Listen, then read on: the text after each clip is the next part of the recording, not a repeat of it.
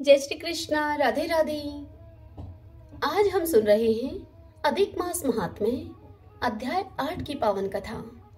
सर्वप्रथम भगवान का ध्यान करते हुए सभी बोलिए ओम नमो भगवते वासुदेवाय नमः। ओम श्री कृष्णाय नमो नमः। सूत जी कहने लगे, हे तपोधन, भगवान विष्णु और श्री कृष्ण जी के इन वचनों को सुनकर नारद जी अत्यंत प्रसन्न हुए, परंतु फिर भी प्रश्न करने लगे। नारद जी ने भगवान नारायण से कहा कि हे प्रभु, रुक्मिणी नाथ जब बैकुंठ को चले गए फिर क्या हुआ? वह सब कृपा करके आप मुझसे कहिए। हरि का वरदान सबके लिए हितकारक होता है। नारद जी के इस प्रश्न से प्रसन्न होकर श्री नारायण जगत को आनंद देने वाले वचन नारद जी से इस प्रकार बोले। श्री नारायण कहने लगे, हे नारद, जब रुक्मिणी नाथ भगवान श्री कृष्ण बैकुंठ को चले गए तो अधिक मास को अपने धाम में वह अपने साथ ले गए और वहां पर उन्होंने मलमास को अपने पास में बसाया। वहां बैकुंठ में बसकर अधिक मास अत्यंत आनंद करने लगा और भगवान के साथ क्रीड़ा करने लगा। श्री कृष्ण ने मन से प्रसन्न होकर मलमास को 12 मासों में सबसे श्रेष्ठ कर दिया और सबका प्रिय बना दिया। इस प्रकार भक्त वत्सल भगवान युधिष्ठिर और द्रौपदी को कृपा से देखते हुए अर्जुन से इस प्रकार बोले। श्री कृष्ण ने कहा, हे राज सिंह, दुख में डूबे होने के कारण तुमने तपोवन में आए हुए पुरुषोत्तम का आदर नहीं किया और वृंदावन चंद्र का प्रिय मास आपके वन में रहने से अनजाने से चला गया। भय से दुखित मन वाले भीष्म और द्रोण भी नहीं जान पाए और भय के द्वेष से तुमने भी नहीं जाना। तुम वेदव्यास जी से प्राप्त की हुई विद्या और आराधना में ही लगे रहे। भयंकर शक्तिशाली अर्जुन इंद्रप्रस्थ गए, पर उसके दुख से दुखित भाग्यवशात आप लोगों ने नहीं जाना। अतः अब क्या करना चाहिए?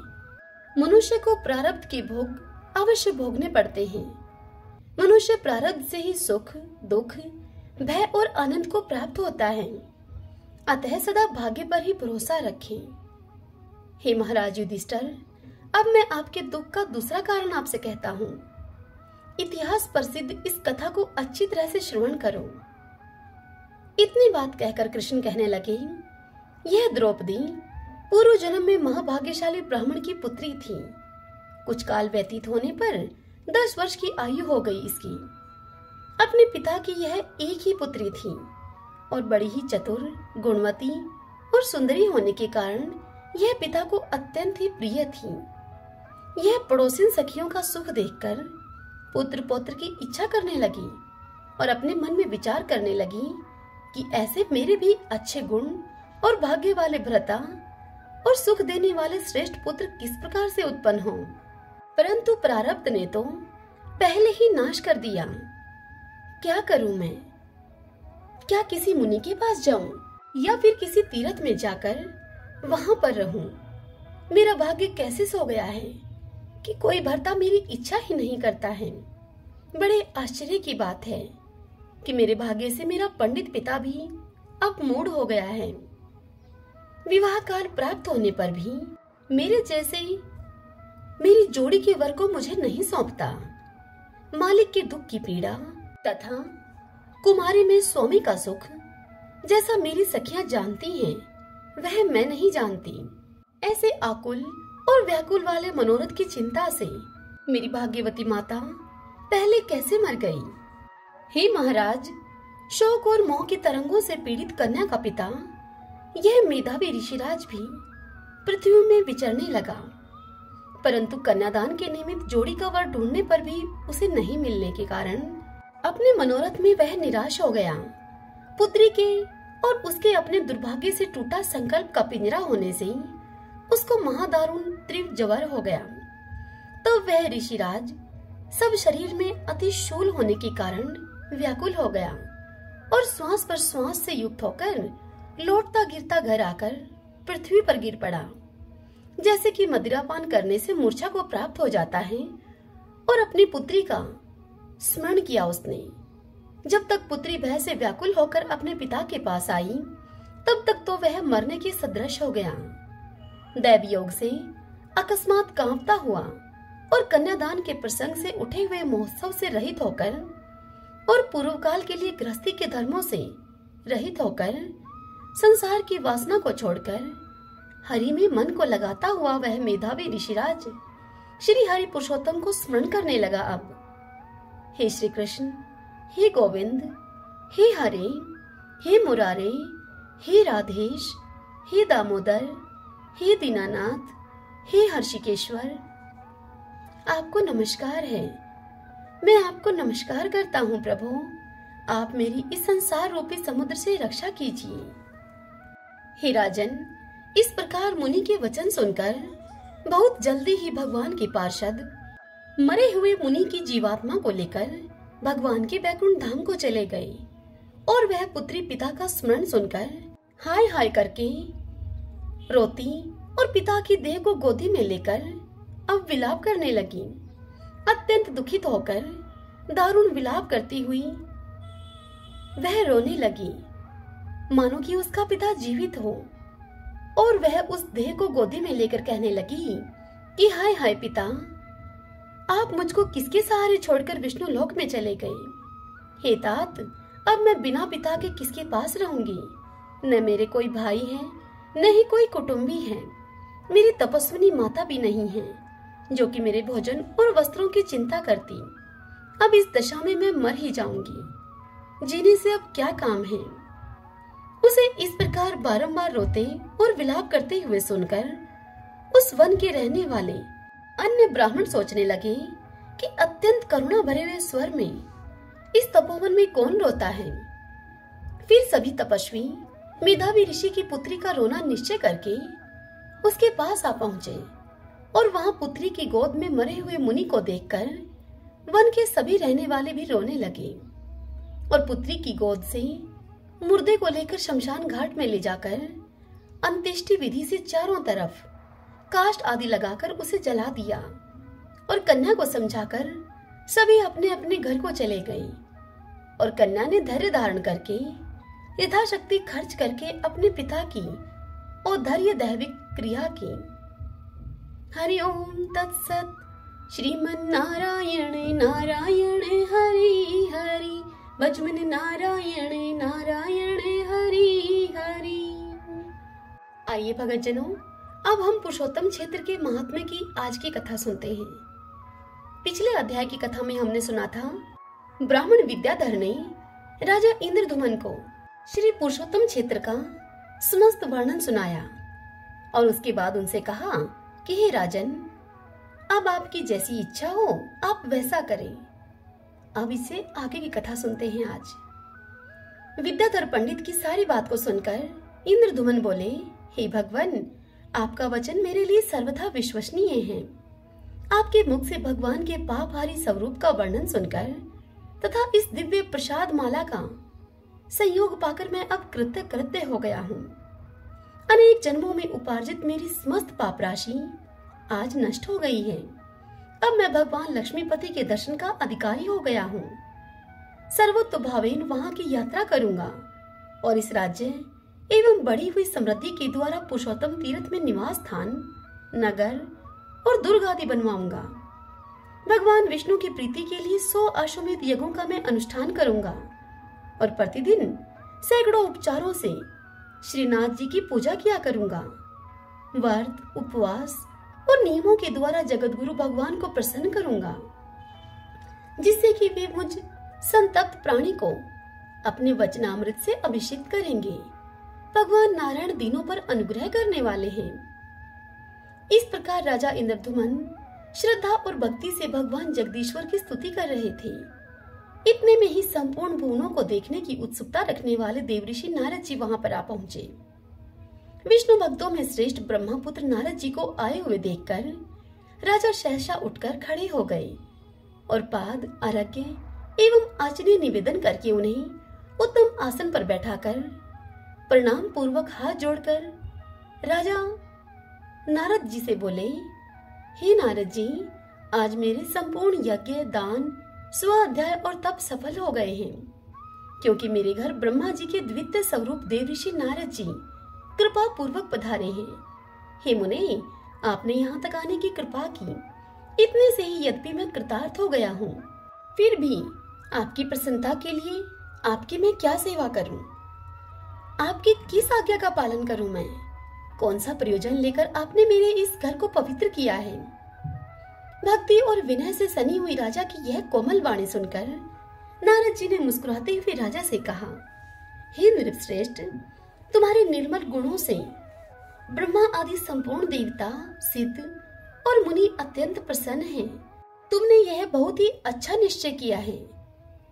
हजारों जन्मों के अभ्यास से नीलाचल गुहा निवासी भगवान माधव में भक्ति होती है। परम बुद्धिमान ब्रह्मा जी ने उन्हीं भगवान जगदीश्वर की आराधना करके इस सृष्टि का निर्माण किया और पितामह की पदवी पाई है। तुम भी उन्हीं के वंश में उत्पन्न हुए हो, अतः भगवान के प्रति तुम्हारी ऐसी भक्ति होनी उचित ही है। पग पग पर दुख और संकटों से व्याप्त इस संसार रूपी वन में भटकते हुए मनुष्यों के लिए एकमात्र भगवान विष्णु की भक्ति ही सुख देने वाली है। यह संसार एक समुद्र है जहाँ कोई भी सहारा देने वाला नहीं है। सुख दुख आदि द्वंद्वों की प्रचंड आंधी से इसमें सदा तूफान आता रहता है। इस कारण यह अत्यंत दुस्तर है। इस भवसागर में डूबे हुए मनुष्यों के लिए भगवान विष्णु की भक्ति ही नौका मानी गई है। एकमात्र माता भगवती विष्णु भक्ति का आश्रय लेकर संतुष्ट रहने वाले साधु पुरुष कभी शोक नहीं करते। हे राजन, देहधारियों की जो बड़ी भारी पाप राशि है वह विष्णु भक्ति रूपी महान दावानल में पतंगों की भांति जल जाती है। प्रयाग, गंगा आदि तीर्थ, तपस्या, श्रेष्ठ अश्वमेध यज्ञ, महान दान, व्रत, उपवास और नियम, इन सब का सहस्त्रों बार सेवन किया जाए और इनके पुण्य समूह को कोटि कोटि गुणा करके एकत्रित किया जाए तो भी वह विष्णु भक्ति के 1000वें अंश के बराबर भी नहीं बताया गया है। नारद जी के बताए हुए विष्णु भक्ति महात्म्य को सुनकर राजा इंद्रधुमन के मन में विष्णु भक्ति का स्वरूप जानने की अब इच्छा प्रकट हुई। अब उन्होंने पूछा, हे भगवान, भक्ति का क्या स्वरूप है? उसके लक्षण का हमसे वर्णन कीजिए। तब देव ऋषि नारद जी ने राजा इंद्रधुमन से कहा कि हे राजन, आप सावधान होकर सुनो। मैं भगवान विष्णु की सनातन भक्ति का सामान्य और विशेष रूप से आपसे वर्णन करता हूँ।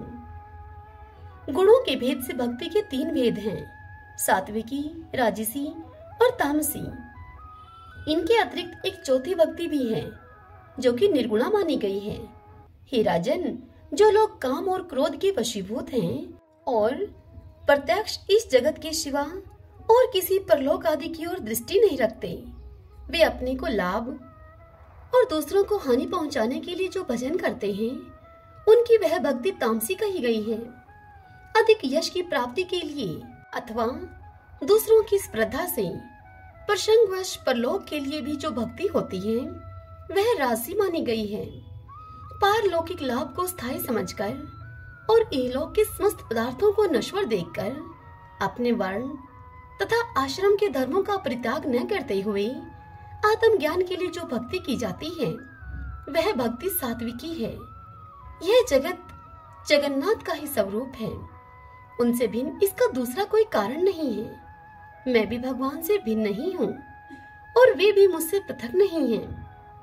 ऐसा समझकर भेद उत्पन्न करने वाली बाह्य उपाधियों का त्याग करना और अधिक प्रेम से भगवत स्वरूप का चिंतन करते रहना, यह अद्वैत यानी कि निर्गुणा नाम वाली भक्ति है जो कि मुक्ति का साक्षात साधन है।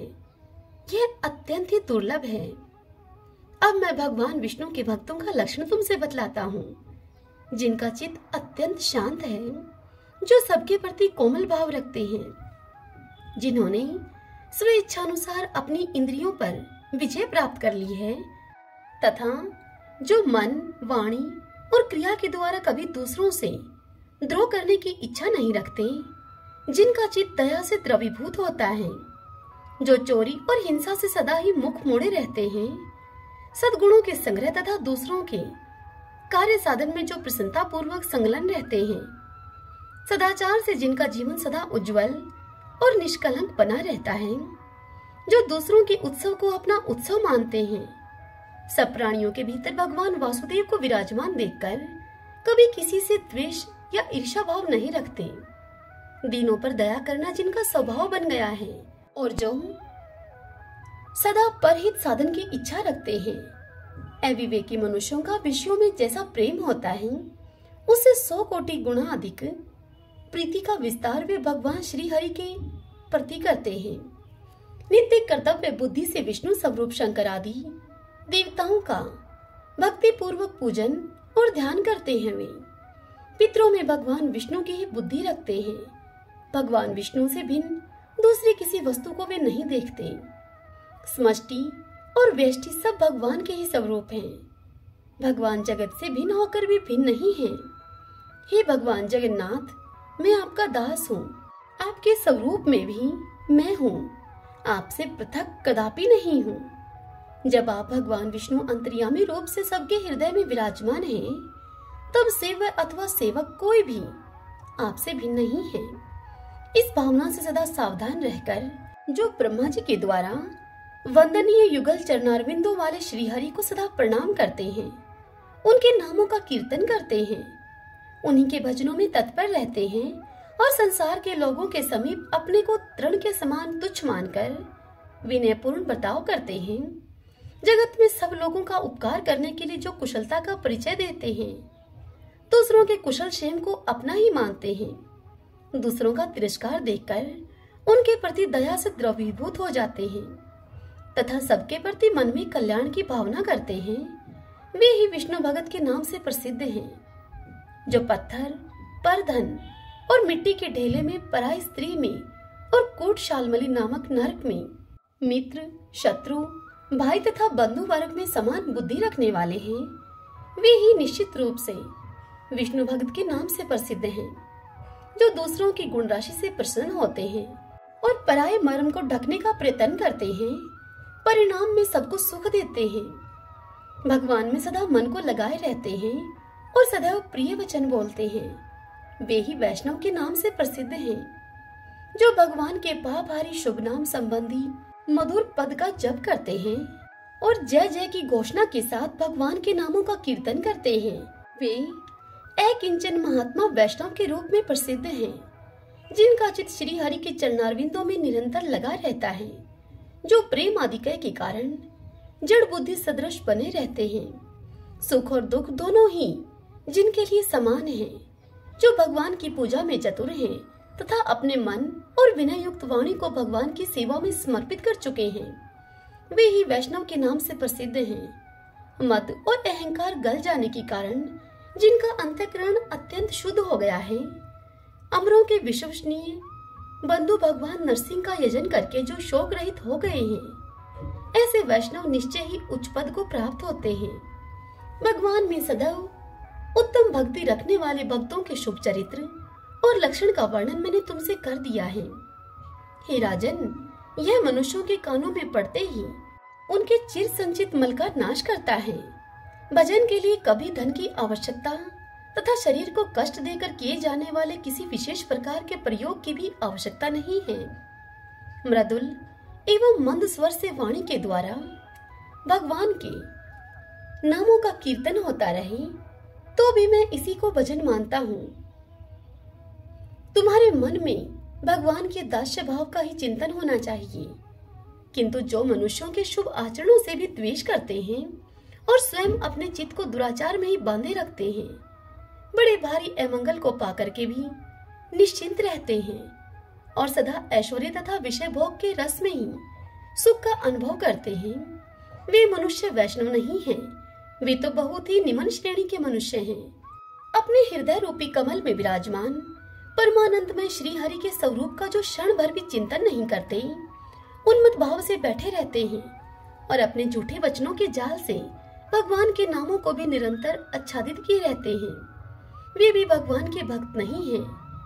जिनके मन में पराय स्त्री और पराय धन के लिए सदा लोभ बना रहता है, जो कर्पण बुद्धि वाले हैं और सदा अपना ही पेट भरने में लगे रहते हैं, वे नर पशु विष्णु भक्ति से सर्वथा रहित हैं। जो निरंतर दुष्ट पुरुषों के साथ अनुराग रखते हैं, दूसरों का तिरस्कार और हिंसा करते हैं, जिनका स्वभाव अत्यंत भयंकर है तथा जो भगवान नरसिंह के चरणों के चिंतन से विरक्त रहते हैं, उन मलिन मनुष्यों को दूर से ही त्याग देना चाहिए। हरि ओम तत्सत। श्रीमन्नारायण नारायण हरि हरि, भजमन नारायण नारायण हरि हरि। श्री कृष्ण गोविंद हरि मुरारी, हे नाथ नारायण वासुदेव। श्री कृष्ण गोविंद हरि मुरारी, हे नाथ नारायण वासुदेव।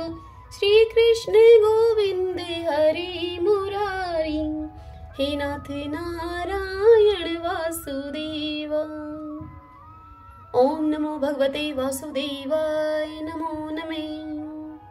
ओम श्री कृष्णाय नमो नमः। आशा करती हूँ कि आज की यह कथा आपको पसंद आई होगी। अगर मेरा यह प्रयास सफल हो तो इस वीडियो को आप लाइक कीजिए और कमेंट बॉक्स में ओम नमो भगवते वासुदेवाय लिखिए और अपने अपनों के साथ इस वीडियो को शेयर करें। हरे कृष्णा।